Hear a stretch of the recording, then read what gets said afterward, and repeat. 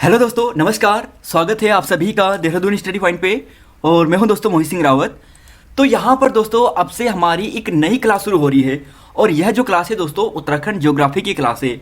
अभी तक दोस्तों उत्तराखंड का जो इतिहास वाला पार्ट है वो हमने आपको कंप्लीट करवा दिया है। यह जो क्लास है Uttarakhand police, Uttarakhand forest guard, पटवारी, लेखपाल, बंदी रक्षक, एसआई और इसके अलावा दोस्तों उत्तराखंड का जो अब अन्य एग्जाम होगा वो वीडियो वाला, उसके लिए भी सबसे इंपॉर्टेंट है।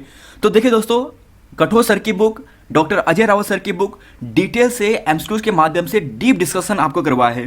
तो एक भी प्रश्न आपका यहां से बाहर नहीं छूटेगा उत्तराखंड के इतिहास से। अब हमारी बारी है उत्तराखंड ज्योग्राफी की और इसी सीरीज में दोस्तों अब हमारा यहां से जो क्लास शुरू होगी वो आज क्लास 1 है और यमुना नदी तंत्र को हम डिटेल से पढ़ने वाले हैं। देखिए दोस्तों, काफ़ी डीप डिस्कस करेंगे, छोटी मोटी हर बातें यहां पे समझेंगे और बहुत ही गहराई से आपको समझाने की कोशिश करेंगे मैप और एनिमेशन के माध्यम से। तो शुरुआत करते हैं आज की अपनी क्लास। और उससे पहले दोस्तों, अभी तक आपने वीडियो को लाइक नहीं किया है और चैनल को सब्सक्राइब दोस्तों नहीं किया है तो please like and subscribe Dehradun study point. तो अब पढ़ते हैं आज की अपनी क्लास। तो देखिए दोस्तों, सबसे पहले हम बात करते हैं यमुना नदी की। तो इसका जो उद्गम होता है वो यमुनोत्री कांठा नामक जो बंदरपुर ग्लेशियर है उसकी एक शाखा से होता है और यह नदी यहाँ से निकलते हुए उत्तरकाशी जनपद, फिर देहरादून और फिर देहरादून का जो ढालीपुर नामक स्थान है वहाँ से राज्य से बाहर हो जाती है। और फिर इसके अलावा यहीं पर इसकी एक बहुत ही प्रसिद्ध सहायक नदी है, आप सभी जानते हैं। और उस नदी का नाम क्या है दोस्तों? उस नदी का नाम है टोंस नदी। और टोंस नदी दोस्तों काफ़ी प्रसिद्ध है, आप सभी जानते हैं। अब यहाँ पर देखिए ये टोंस नदी है ना, टोंस नदी मुख्यतः दो नदियों के सहायक से बनी है।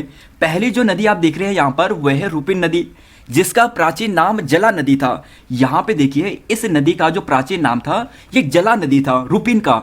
और यह जो नदी जहाँ से इसका उद्गम होता है ये हिमाचल के डोडरा जो क्वार नामक स्थान है वहाँ से ये नदी आती है। बाकी दोस्तों जो सुपिन नदी है यहाँ पे आपको दिखाई दे रही है, यह वाली जो सुपिन नदी है इसका उद्गम स्वर्गारोहणी पर्वत के जो मंडिया नामक ताल है वहाँ से होता है। और बाकी दोस्तों स्वर्गारोहणी पर्वत से ही एक छोटी शाखा के रूप में टोंस नदी आती है और यहाँ पर आपस में मिलने के बाद यह नदी जो टोंस नदी है कालसी नामक स्थान पर, या यूं कहें दोस्तों कट्टा पत्थर जो नामक स्थान है वहाँ पर यमुना नदी से अपना संगम बना देती है। तो यहाँ पर बेसिक बातें तो ये थी। अब जरा दोस्तों यहाँ पर डीप फैक्ट समझने की कोशिश करेंगे, डिटेल से यहाँ पर देखने की कोशिश करेंगे जो भी हमारे लिए यहाँ पर इंपॉर्टेंट है। तो देखिए सबसे पहले तो आप आ जाइए आप यहाँ पे यमुनोत्री कांठा नामक स्थान पे। तो देखिए दोस्तों यहाँ पर देखिए, यहाँ पर आपको एक स्थान मिल रहा है वो है यमुनोत्री मंदिर। यमुनोत्री मंदिर यमुनोत्री कांठा से थोड़ा ही नीचे है और इसी से थोड़ा नीचे पर, थोड़ा नीचे, ज़्यादा नहीं, थोड़ा नीचे पर यहाँ पर एक नदी है और इस नदी का नाम है दोस्तों ऋषि गंगा। और यह जो ऋषि गंगा है यमुना नदी से जानकी चट्टी नामक जो स्थान है वहाँ पर अपना संगम बनाती है, या फिर दोस्तों यूँ कहे कि खरसाली नामक स्थान पर अपना संगम बनाती है। तो जानकी चट्टी कहे या फिर खरसाली कहे दोनों बात एक ही है क्योंकि बहुत ही नज़दीक नज़दीक है। और सबसे पहली जो सहायक नदी हो गई वह कौन सी हो गई है? ऋषि गंगा। अब यहाँ पर थोड़ा नीचे आइए, ऋषि गंगा के बाद आपको एक नदी मिलेगी वह है हनुमान गंगा। और हनुमान गंगा की बात करें दोस्तों तो जो हनुमान चट्टी नामक स्थान है, देखिए हनुमान चट्टी नामक जो स्थान है वहाँ पर जो यमुना नदी है उससे अपना संगम बनाती है। तो हनुमान गंगा हो गई और हनुमान गंगा में ही आपको हनुमान गंगा परियोजना भी देखने को मिलेगी। तो बेसिक बातें तो देखिए आपने ये देखी। अब जरा हनुमान चट्टी हो गया, इसी के नीचे कुछ प्रसिद्ध यानी पर्यटक स्थल है वो आपको ध्यान रखने हैं जो पूछे जा सकते हैं। उसका नाम है दोस्तों ओसला। इसके अलावा यहाँ पर बात करें वो है रणचट्टी और एक और नाम आपको ध्यान रखना है वो है शांत चट्टी। तो ये सभी स्थान दोस्तों आपको यहाँ पर मिलेंगे, यानी रणचट्टी, श्यान चट्टी, हनुमान चट्टी और ओसला। ये यमुनोत्री जो हमारा पड़ाव है, यमुनोत्री मंदिर यात्रा मार्ग का जो पड़ाव है ये यहाँ पर पड़ते हैं। तो काफ़ी प्रसिद्ध है दोस्तों। आपसे ऐसा प्रश्न भी पूछा जा सकता है कि कौन सा पड़ाव यमुनोत्री मंदिर के सामने है? हनुमान चट्टी, रणचट्टी, श्यान चट्टी, ओसला, तो ये सभी पड़ते हैं, तो काफ़ी प्रसिद्ध है। अब जरा थोड़ा और नीचे आने पर एक स्थान दोस्तों आपको मिलता है और उस स्थान का नाम है राजगढ़ी। तो देखिए राजगढ़ी उत्तरकाशी का ये वही क्षेत्र है जो पृथ्वीपति शाह ने अपनी राजधानी बनाई थी। और यहाँ पर राजधानी बनाने के बाद, यानी एक राजधानी बनाई थी उसने, और यहाँ पर राजधानी बनाने के बाद जो उसका पुत्र था दिलीपत शाह, उसके 9 पुत्र थे, तो दिलीपत शाह को यहाँ पर इसे राज करने के लिए सौंपा था। तो राजगढ़ी ये हो गया है। और इसी राजगढ़ी से थोड़ा नीचे पर दोस्तों एक नदी बहती है जिसका नाम क्या है, देखिए दोस्तों जिसका नाम क्या है, बनारघाट। तो ध्यान रखना दोस्तों, इसे लोकल भाषा में वहाँ पर जो बनोल्टा है इसके नाम से भी जानते हैं। और राजगढ़ी के सामने ही एक छोटी सी केदार गंगा नामक नदी भी है जो यहाँ पर यमुना नदी से अपना संगम बनाती है। अब जब राजगढ़ी में पहुँच गए हैं तो राजगढ़ी से थोड़ा नीचे आने पर एक स्थान मिलेगा और इस स्थान का नाम है बड़कोट। बड़कोट। तो देखिए दोस्तों, बड़कोट आपने बहुत बार सुना होगा। बड़कोट आपने यहाँ पे सुना होगा, कुड़िद वंश के बारे में जब आपने पढ़ा था वहाँ पे सुना होगा। और एक इंपॉर्टेंट प्रश्न दोस्तों जो यूकेएसएससी ने आपको यहाँ से पूछा था वो यह था कि यहाँ से हमें एक बुद्ध की मूर्ति प्राप्त हुई है। तो बुद्ध भगवान की हमें यहाँ पर एक मूर्ति प्राप्त हुई है और इस मूर्ति के जो पीठ है यानी यहाँ पर तिब्बती भाषा में कुछ लिखा गया है। तो सेम ऐसा प्रश्न पूछा गया था कि ऐसी मूर्ति बुद्ध की हमें कहाँ पे प्राप्त हुई है जहाँ पर उनकी पीठ में तिब्बती भाषा में कुछ लिखा गया है। तो बड़कोट से प्राप्त हुई है और काफ़ी प्रसिद्ध स्थान है। और इसके अलावा दोस्तों थोड़ा नीचे आने पर बड़कोट से एक नदी मिलती है और इस नदी का नाम है दोस्तों कमलगाड़। और यह जो नदी है पुरोला से होकर आती है और नौगांव के सामने और बड़कोट के बीच में कहीं पर अपना संगम यमुना नदी से बनाती है। तो देखिए आपने इन चीज़ों को देखा है, ध्यान से देखिए, बहुत इंपॉर्टेंट है। अब जरा यहाँ पे देखिए दोस्तों, जो पुरोला है इसे कमल नदी का या फिर कमल गाड़ का वरदान भी कहते हैं। बहुत इंपॉर्टेंट है दोस्तों, एग्जाम की दृष्टि से ऐसे प्रश्न बन सकते हैं कि पुरोला को किस नदी का वरदान कहा जाता है। तो कमल नदी या फिर कमल गाड़ का वरदान कहा जाता है। तो बस यहाँ पर यह हो गया है। अब जरा थोड़ा नीचे आने पर दोस्तों कुछ और नदी मिलेगी, जैसे खतनू गाड़ हो गया, है ना। इसके अलावा दोस्तों अलगाड़ हो गया, या फिर थोड़ा और नीचे आने पर दोस्तों आपको कुछ और स्थान मिलेंगे जैसे लाखा मंडल। और लाखा मंडल के सामने ही दोस्तों आपको एक बहुत ही छोटी या नदी कहेंगे वो मिलेगी और इस नदी का नाम है बरनीगाड़। और बाकी दोस्तों यहीं पर कुछ और भी सहायक हैं, भद्री, पुज्जा, नगाड़, गडोली, मुंगरा, ये सभी सहायक नदी है यमुना की। तो बस दोस्तों जितनी भी सहायक नदी है यमुना की वो आप यहाँ पे देख रहे हैं, काफ़ी प्रसिद्ध है। अब जरा यहाँ पर देखिए यहाँ पर दोस्तों लाखा मंडल हो गया है। अब जरा लाखा मंडल से थोड़ा नीचे आने पर देखिए, यहाँ पर दोस्तों लाखा मंडल से थोड़ा नीचे आने पर एक बहुत ही प्रसिद्ध परियोजना आपको देखने को मिलेगी और इस परियोजना का जो नाम है दोस्तों वह है लखवार परियोजना। लखवार डैम कहें या फिर लखवार परियोजना। और इस लखवार डैम की बात करें दोस्तों तो यहाँ से इंपॉर्टेंट प्रश्न बनते हैं कि यमुना नदी पर है। 1976 में इसे योजना आयोग द्वारा स्वीकृति दी गई थी। निर्माण कार्य 1987 से शुरू हुआ था। देखिए निर्माण कार्य 1987 से शुरू हुआ। राष्ट्रीय परियोजना से दी गई थी, यानी राष्ट्रीय परियोजना का दर्जा 2016 में दिया गया था। लगभग 300 मेगावाट इसकी क्षमता है और हाइट की बात करें तो लगभग 192 मीटर है। तो बस दोस्तों यह महत्वपूर्ण बातें थी, यह आपको ध्यान रखनी है। और जरा यहाँ पे देखिए जो लखवार डैम है ना, इससे थोड़ा नीचे पर एक गांव आपको मिलेगा और इस गांव का नाम है लोहारी गांव। लोहार गांव या फिर लोहारी गांव, जो अभी काफ़ी चर्चा में भी था क्योंकि इसके नीचे जो डैम है, जो ब्यासी डैम है, क्योंकि इसका पानी जो ब्यासी डैम का पानी है, इसके पानी ने लोहारी गांव को समा दिया था। तो लोहारी गांव जलमग्न हो गया है और किसके कारण, जो ब्यासी डैम बना है इसके नीचे से इसका पानी स्टोर होता गया और यहाँ पर जो ये नदी है, यानी जो यहाँ पर यमुना नदी का जो पानी बन रहा है और लोहारी गांव है, इसे जलमग्न कर दिया था। तो काफ़ी चर्चा में भी है दोस्तों और करंट अफेयर के पॉइंट से भी ये इंपॉर्टेंट है। अब यहाँ पर ब्यासी नदी से दोस्तों अगर आप थोड़ा सा नीचे आते हो, ध्यान से सुनिए, ब्यासी नदी से अगर आप थोड़ा सा नीचे आते हो कट्टा पत्थर नामक स्थान पे, तो यहाँ पर आपको एक नदी मिलती दिखाई देगी और इस नदी का नाम है दोस्तों अमलावा नदी। देखिए दोस्तों अमलावा नदी काफ़ी इम्पोर्टेंट है और यह इम्पोर्टेंट दोस्तों इसलिए है क्योंकि यह नदी कालसी से होकर गुजरती है। तो कई बार प्रश्न पूछा जा सकता है कि कालसी किस नदी के किनारे बसा है। तो कालसी 3 नदी के किनारे बसा है। एक तो होगा यमुना, यानी यमुना इस साइड से हो गया। दूसरी देखोगे आप टोंस हो गया इस साइड से, आप यहाँ से देख सकते हैं। और बाकी दोस्तों अगर उत्तर साइड से बात करें तो ये हो गई अमलावा नदी। तो कालसी इन तीनों नदी के तट पर है, यह भी आपको ध्यान रखना है। तो यहाँ तक तो दोस्तों यमुना नदी की बातें आपने देखी है। अब चलते हैं दोस्तों हमारी टोंस नदी पे। तो देखिए टोंस नदी में सबसे पहले आते हैं सुपिन नदी पे और इस सुपिन नदी में एक डैम आपको मिलेगा और इस परियोजना या फिर इस डैम का दोस्तों जो नाम है वह है जखोल सांकरी परियोजना, जिसकी क्षमता कितनी है, जिसकी क्षमता दोस्तों है 44 मेगावाट। तो प्रश्न दोस्तों आपसे ऐसा पूछा जाएगा कि कौन सी परियोजना सुपिन नदी पर है। तो सुपी नदी पर कौन सी है? जखोल सांकरी परियोजना। क्षमता कितनी है? 44 मेगावाट। जिला कौन सा है? उत्तरकाशी जनपद है। और इसके नीचे दोस्तों थोड़ा नीचे आने पर आपको कुछ प्रसिद्ध स्थान मिलेंगे, वो है हरकी दून, और इसके अलावा दोस्तों नटवार, और फिर थोड़ा और नीचे आने पर आपको मिलेगा मोरी। तो देखिए दोस्तों मोरी भी यहीं पर है, काफ़ी प्रसिद्ध स्थान है, और ये सभी आपको मिलेंगे यहाँ पर टोंस नदी, और यहीं पर बात करें दोस्तों जो सुपी नदी है उसके तट पर। तो एक बेसिक प्रश्न दोस्तों ऐसा पूछा जा सकता है कि जो हरकी दून नामक स्थान है, हरकी दून नामक स्थान है वो किस नदी के तट पर है? तो ये हो गया सुपी नदी के तट पर। नटवार मोरी की बात करें तो टोंस नदी के तट पर। और बाकी दोस्तों यहीं पर इन दोनों के बीच में नटवार मोरी परियोजना है जिसकी क्षमता 60 मेगावाट की है। जिसकी क्षमता कितनी है? 60 मेगावाट की है। तो ये बातें देखिए आपने। अब जरा थोड़ा नीचे बढ़ते हैं, और नीचे बढ़ने पर दोस्तों यहाँ पर आपको एक नदी दिखाई देगी जिसका नाम पाबर नदी है। और यह जो पाबर नदी है दोस्तों आरोकट क्षेत्र से बहकर जो त्यूणी नामक स्थान है वहाँ पर टोंस नदी से अपना संगम बनाती है। और यहीं पर दोस्तों इस नदी पर, या यहाँ पर यूँ कहें, आरोकट त्यूणी परियोजना भी स्थित है। तो यह बात आपने देखी। अब जरा थोड़ा नीचे आएंगे, और नीचे आएंगे यानी त्यूणी से थोड़ा नीचे आएंगे, देहरादून में प्रवेश कर चुके हैं। और देहरादून में दोस्तों जब हम प्रवेश कर चुके हैं तो यहाँ पर आपको दिखेगा बहुत ही प्रसिद्ध डैम जिसका नाम है किसाऊ बांध या किसाऊ डैम।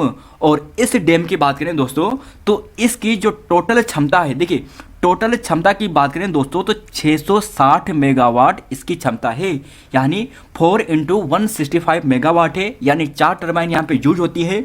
और यह काफ़ी प्रसिद्ध है दोस्तों, टोंस नदी पर यह आपको देखने को मिलेगा। तो काफ़ी इंपॉर्टेंट है दोस्तों, देहरादून जनपद में है। और यहीं पर थोड़ा और नीचे आने पर आपको मिलेगा इचारी डैम। इचारी डैम भी दोस्तों काफ़ी प्रसिद्ध है। और इसी के नीचे आपको मिलेगा छिब्रो परियोजना। और छिब्रो परियोजना दोस्तों इसकी क्षमता की बात करें तो 240 मेगावाट है। और यहाँ पर जो आपको ये सभी परियोजना दिखाई दे रही हैं ये टोंस नदी पर है। तो यह बातें हो गई है। ज़रा दोस्तों अब यहाँ पर नीचे आइए। अब यहाँ पर देखें दोस्तों एक चीज़ ध्यान दीजिए कि जहाँ पर यमुना नदी मिल रही है और यहाँ से दूसरी नदी कौन सी है, जो टोंस नदी है, दोनों मिल रही है। जहाँ पर दोस्तों ये दोनों नदी मिल रही है ना, वहाँ पर एक स्थान है दोस्तों डाक पत्थर बैराज, यानी यहाँ पर एक बैराज बनाया गया है, या यूँ कहे कि एक डैम बनाया गया है। यहीं पर इसका पानी स्टोर होता है। और इसी के थोड़े बगल पर, यानी इसका पानी तो यहाँ पर जो इचारी डैम है ना, यहाँ से इसका थोड़ा सा पानी इस परियोजना पे आता है, लेकिन इस पानी का यूज भी होता है। तो ध्यान रखना जो खोदरी परियोजना है आपको यहीं पर मिलेगी, यानी डाक पत्थर के सामने मिलेगी। और डाक पत्थर बैराज यहीं पर है दोस्तों यमुना नदी पर। और खोदरी परियोजना की क्षमता 120 मेगावाट। छिब्रो परियोजना की बात करें तो इससे डबल 240 मेगावाट। तो यह बातें आपने देखी। जरा दोस्तों अब यहाँ पर आइए, देखिए यह जो डाक पत्थर नामक स्थान है जहाँ पर बैराज बनाया गया है, तो बैराज के जहाँ पर बनाया गया है इसके ठीक बगल से इसके समांतर में एक नहर निकाली गई है। और इस नहर का नाम दोस्तों क्या है? इस नहर का नाम है शक्ति नहर। क्या नाम है? शक्ति नहर। तो शक्ति नहर यहाँ पर है। और शक्ति नहर की बात करें दोस्तों तो यहाँ पर परियोजनाएं बहुत सारी हैं। एक है ढकरानी परियोजना। सबसे पहले ढकरानी परियोजना 1965-70 में यह परियोजना बनाई गई थी। 1965-70 में 33.75 मेगावाट इसकी क्षमता है, या यूं कहे 34 मेगावाट की क्षमता है। ढकरानी से थोड़ा नीचे आने पर यहीं पर आपको मिलेगी ढालीपुर पावर प्लांट, यानी ढालीपुर प्लांट। और यहीं पर बात करें दोस्तों ढालीपुर की तो ध्यान रखना ये भी 1965-70 में बनाया गया था। और 51 मेगावाट इसकी क्षमता है। देखिए इसकी क्षमता इससे ज़्यादा है। पहला 33 है ढकरानी, ढालीपुर की बात करें तो 51 है। देहरादून विकासनगर क्षेत्र के आसपास ही आपको मिलेगा। और फिर दोस्तों यहाँ पर थोड़ा और नीचे आने पर आशा रोड़ी जो स्थान है मसूरी में, वहाँ से एक नदी निकलती है। और इस नदी का नाम है दोस्तों आसन नदी। और यह जो नदी है दोस्तों यहाँ पर जो शक्ति नहर है यहाँ पर अपना संगम बनाती है। तो बस दोस्तों इस बात को ध्यान रखना।